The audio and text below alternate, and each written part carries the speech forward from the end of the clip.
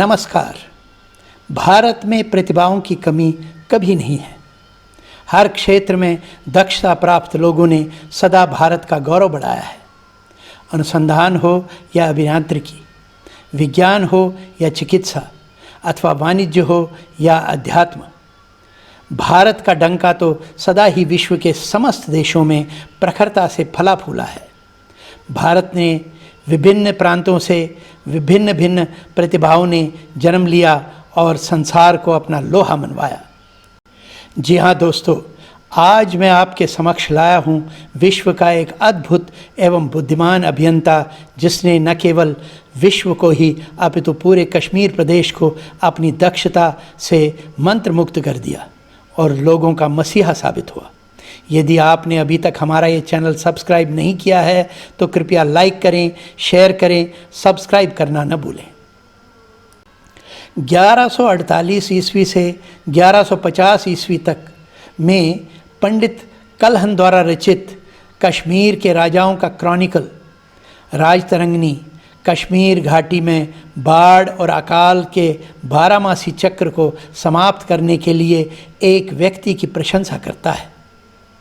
सूर्या नाम के इस अद्भुत प्रतिभाशाली व्यक्ति ने राजा अवंती वर्मन, जिनका कार्यकाल 855 ईस्वी से 883 ईस्वी तक था, के दरबार को सुशोभित किया और स्थलाकृति, हाइड्रोलिक्स और सिंचाई के बारे में उनकी महारत का आज भी सम्मान किया जाता है। जैसा कि हम अच्छी तरह से जानते हैं, कश्मीर घाटी काफ़ी हद तक सतीसर नामक जल राशि से ढकी हुई थी। कहा जाता है कि प्राचीन काल में ऋषि कश्यप ने बरहामुल्ला, आज बारामुल्ला के नाम से प्रसिद्ध है, के पास एक निकास द्वार बनाकर जलाशय को सुखा दिया था। घाटी को न केवल असंख्य नदियों, नालों, झीलों और झरनों का आशीर्वाद प्राप्त था, बल्कि प्रचुर मात्रा में वर्षा भी होती थी, जिससे समय समय पर बाढ़ आती थी। राजा ललितादित्य, जिनका कार्यकाल 724 ईस्वी से 760 ईस्वी माना जाता है, ने अत्यधिक जल की निकासी के लिए एक जल निकासी व्यवस्था विकसित करवाई थी। लेकिन ललितादित्य के बाद के राजाओं ने इस व्यवस्था के रखरखाव की उपेक्षा की। परिणाम स्वरूप घाटी में चक्रीय बाढ़ देखी गई और इसके बाद अकाल पड़ा। बाढ़ के कारण अक्सर नदियां अपना रास्ता बदल लेती हैं, जिससे नए क्षेत्र जलमग्न हो जाते हैं और आर्थिक तबाही होती है।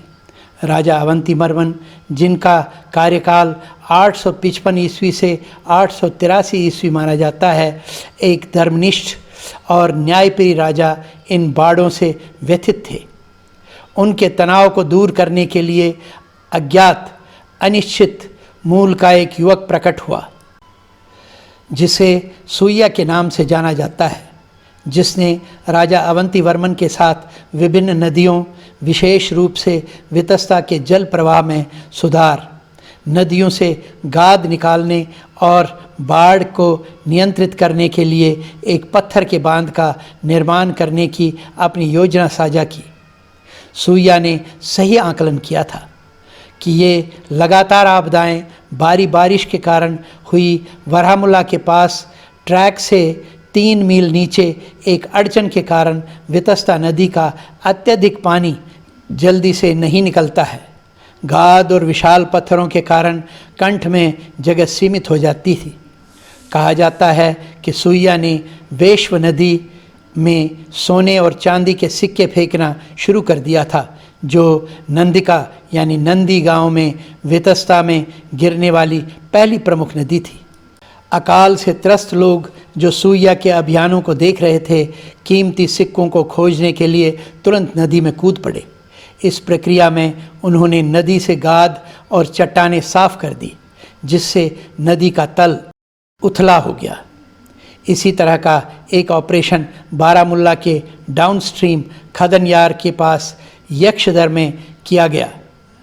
डायरेगुल नामक स्थान पर लोगों ने घाटी में प्रवेश किया और उसमें से गाद निकाला। उन चट्टानों को साफ किया जो पानी से त्वरित प्रवाह में बाधा डाल रहे थे, जो जल निकासी के लिए बहुत आवश्यक था, जिससे जैसे जैसे पानी घटने लगा जलमग्न भूमि दिखाई देने लगी। अब विभिन्न नदियों के मूल मार्ग की पहचान की जा सकी और नदी तल को गहरा किया जा सका।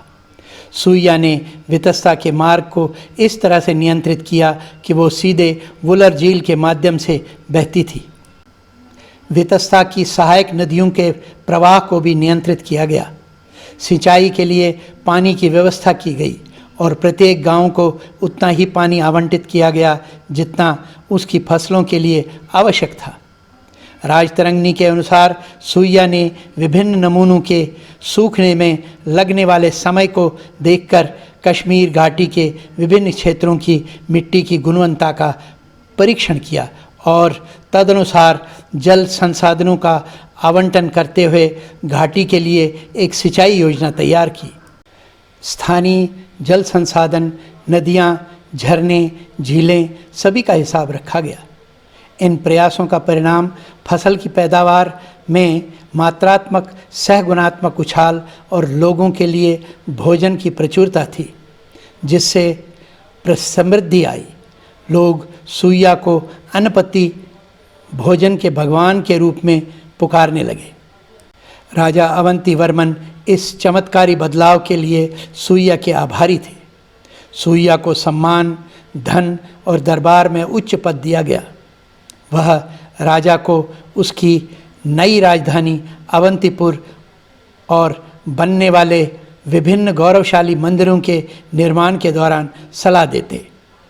सुइया ने वितस्ता के तट पर एक नया शहर बसाया और इसका नाम सुइयापुर रखा, जिसको अब सोपोर के नाम से जाना जाता है।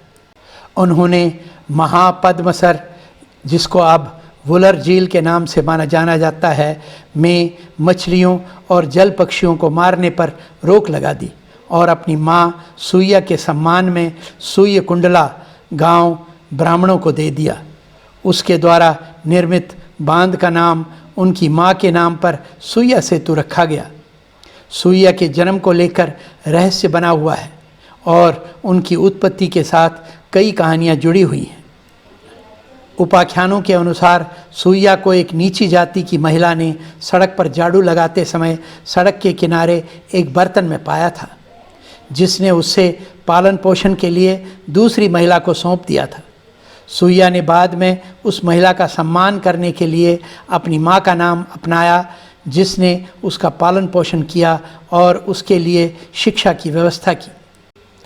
यह पेंटिंग इस बेमिसाल इंजीनियरिंग प्रतिभा को मेरी श्रद्धांजलि है, जिसने सिंचाई नेटवर्क बनाकर कश्मीर को नियमित बाढ़ से ही नहीं मुक्त कराया, अपितु प्रदेश को खुशहाली की राह पर ला दिया।